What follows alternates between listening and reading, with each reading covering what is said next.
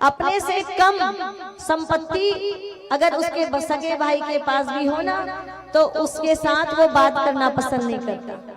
व्यक्ति अपने लेवल का, अपने बराबर की प्रतिष्ठा वालों के साथ ही रिश्ता रखता है। घर का सगा भाई अगर कमजोर परिस्थिति का है, या फिर घर के पिता अगर किसान है और बेटा बड़ा अफसर बन गया, तो हमने अपनी आंखों से देखा है कि कलेक्टर बेटा बाप को भी नौकर कह देता है। ये ऐसी मतलबी दुनिया है।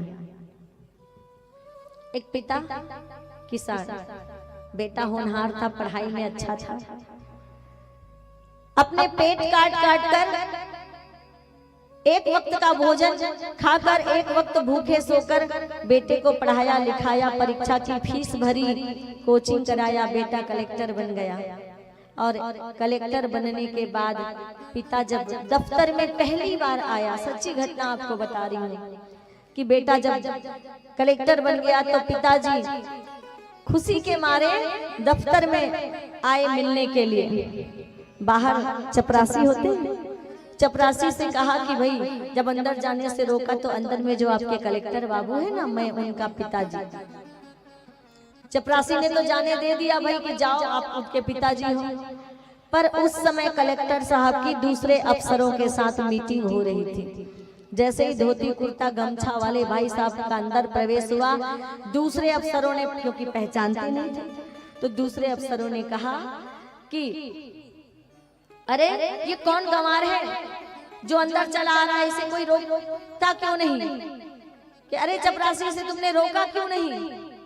अच्छा, दूसरे अफसर नहीं जानते थे ये कौन है अंदर जाने वाले, पर वो कलेक्टर साहब जिनके पिता थे वो तो जानते थे ना कि ये व्यक्ति कौन है।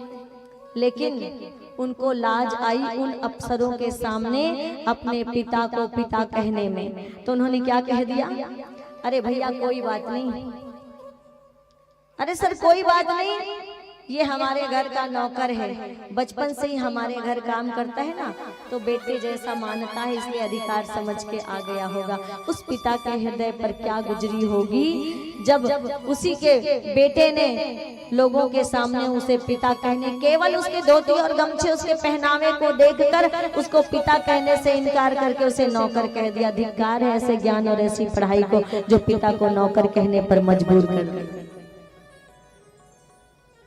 ये ऐसी सुर नर मुनि सब की यही रीति, और स्वार्थ लागहि करहि सब प्रीति। अगर कोई बड़ा व्यक्ति, कोई नेता बन जाए या कोई पैसा वाला हो जाए, वो अरे वो हमारे दूर के बहुत करीब के, बोले दूर के बात के करीब हो जाते हैं। सारे पैसे वाले नाम वाले करीब हो जाते हैं, और अपने परिवार के लोगों की परिस्थितियां अगर ठीक नहीं है तो उससे व्यक्ति बात करना भी उचित नहीं समझता।